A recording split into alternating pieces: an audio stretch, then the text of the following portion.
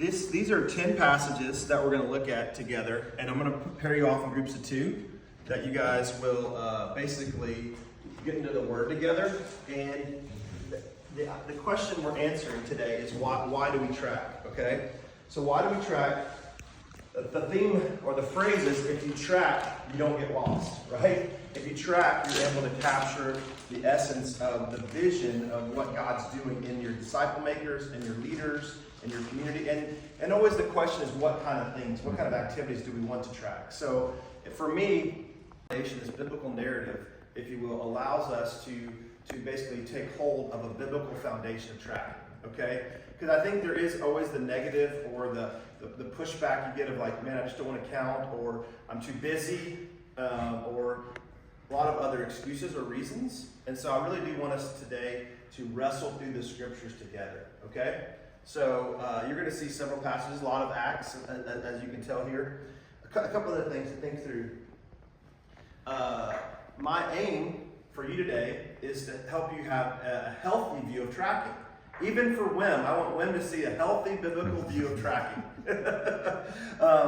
And then talk about just for a minute, what has been some of your experiences when you track things? Maybe it's your calories, maybe it's miles run, maybe it's exercise, maybe it's spiritual things you try to track. Has there been any negative or positive experiences you've had before in tracking? Get tired of doing it. You get tired of doing it, right? Fatigue. You have tracking fatigue. After like a week or 2, you're just, it's like a good habit. It was a good idea, but it falls off. That's normally the case, right?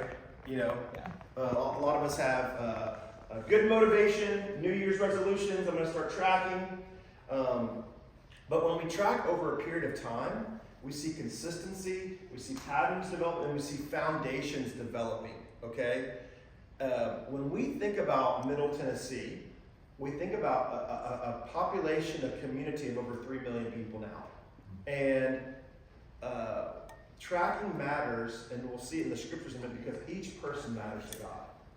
Every person in Middle Tennessee is a soul that needs to discover who Jesus is. And so I want us to be motivated by the glory of Jesus. I want us to be motivated by his kingdom to be established in Middle Tennessee as it is in heaven. So as we go throughout this journey together today, as we get into the Word, we're going to see patterns. We're going to see, hopefully, takeaways and biblical principles on tracking. So there's this idea that I want to continue to develop for us through the collective. It's called the core missionary task, or the CMT for short. The core missionary task is for every believer, every missionary, when they enter into a new community, they are looking for creative ways to share the gospel, to make disciples, to gather them together, to plant new churches, and to reproduce leaders, and then to give it away to somebody else. Okay? We call it from entry to exit.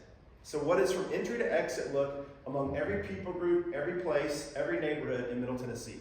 So that local leaders are raised up. Okay? And we want to, as we think about disciple making collective, we want to be leaders who give the kingdom away. We want to be leaders who are always thinking, how can I model, assist, watch, and launch? How can I model for someone how to share the gospel? How can I assist them? How can I watch them? And how can I launch them? And so when we think about even tracking, we can celebrate all the activity of what God's doing. And we're going to even have some time later to look at how to practice it together, okay? So there's going to be a lot of real practical opportunities today. But most importantly, guys, we're going to get into the Word together. So Wim, you and Adam and Will, right? I'm going to let you guys take those first 3 verses in Acts and in Matthew. Y'all are looking at that. Tim, y'all 3? Well, actually, y'all do the first 5. Y'all do the second 5. How about that? So y'all got 5. Y'all got 5 verses, okay? So what you're looking for is, why do we track? Okay? And you're going to hopefully come up with some good answers for us, and then we're going to write them down together, okay? So take about 10 minutes, getting the Word together, answer the question, why do we track? And come back and give us your responses. Sure. Adam's got the good notes. All right, so we've got a couple in Acts, Matthew, Genesis, and Revelation, and then 1 Thessalonians. And our main takeaways on reporting. Initially in Acts, the reports are used as a way to convey testimony of thousands of new believers to the church.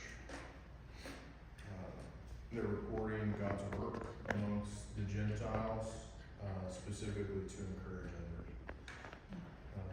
Jesus gives a parable story about wise investment, and those investors are to faithfully come back and report what their return on investment was to the Lord.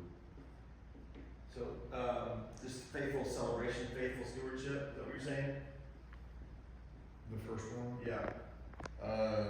Yeah, a testimony and reporting to the church for Okay. the purpose of encouragement. Yeah. What about the second one? Specific demonstration of faithfulness and accountability of resources.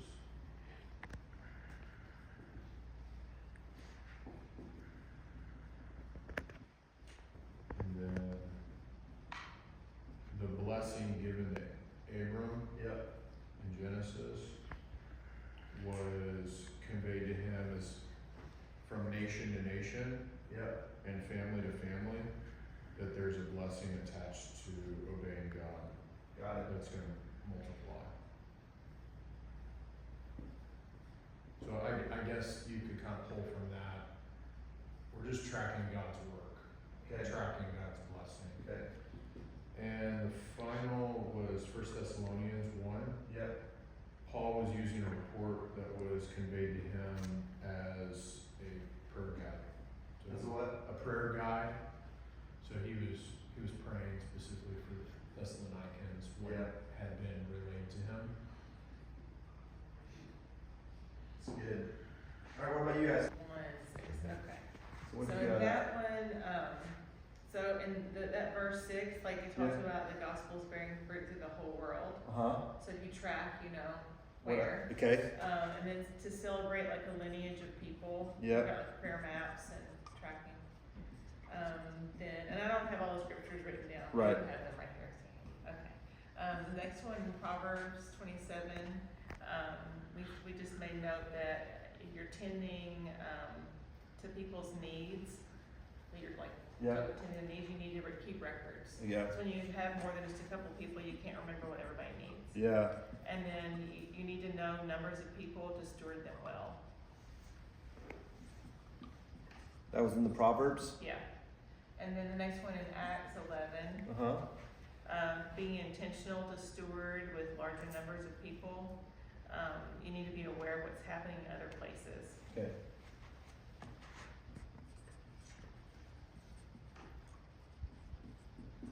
And then the next, We see opportunities developing from the word of stewardship. Why do we track? We track because there's faithful testimonies from the to the church, from the church. We track because there's a demonstration of faithfulness and accountability. Okay? When we track progress, we track spiritual health, we track disciple makers, we track leaders. We're seeing progress. From nation to nation, that Abrahamic covenant blessing from all the families of the earth. So why are we tracking? We're tracking to see the progress of the gospel. And when we track, we can look at where the gospel is, but we also can look at where the gospel's not yet. So you can think about even at a neighborhood level, at a micro level. Let's say you have a disciple-making group or a church on your street. Well, there's 5 streets around you that maybe don't have anything yet. So as you're tracking, what is it going to take to get to this next street or this next neighborhood? And as a church community, you start praying into that. Tracking allows you to celebrate. Man, we have 3 new people coming to our church gathering, or we have 3 new people that have now taken baptism. Whatever you're tracking. And tracking also allows us to measure spiritual vitality, spiritual health, and stewardship. Each person that comes into our community, we have a stewardship responsibility. So why tracking? It also allows us to have a prayer guide. I love that from 1 Thessalonians. Paul's prayer guide was built around his tracking. He prayed, you see Paul's prayers over and over again. He's praying for specific people that he knows and loves. He's tracking them, right? He hasn't forgotten about them. He's tracking their progress. When we see where God's moving, we get to celebrate. And we're going to, in just a few minutes, Kevin's going to show us a tracking tool that we've been using as a collective. And you're going to see progress. You're going to see new believers. You're going to see new groups that have been started. And we want to encourage you guys to also track. And tracking also allows us to care for people's needs. That's really important. As we track and as we shepherd a community, we need to look what are their needs? How can we help them? How can we serve them? So that we don't forget about anyone's needs. And that's really important. And then being aware of what's happened, it helps us to be efficient and glorifies God for what He has done, and we leverage each other's mission fields. So those are just some ways in which tracking is biblical. Why do we track, and how do we celebrate? So I just wanted us to do that discovery, and I want us to maybe just take 2 minutes now back in our groups as we've looked at this, and maybe focus on one of them that you want to actually, one of these biblical principles, you're like, I want to incorporate this into my personal ministry, okay? So take about 2 minutes as you've seen these 10 and say, I just want to focus on this one for the next month or season of time, okay? It's like it has to be incorporated, right? Let's see, this is the biblical foundation. This lays the scriptural imperative, and the tracker tool accelerates our learning, our growth, and our capacity as leaders. So, I just want to encourage you guys with that.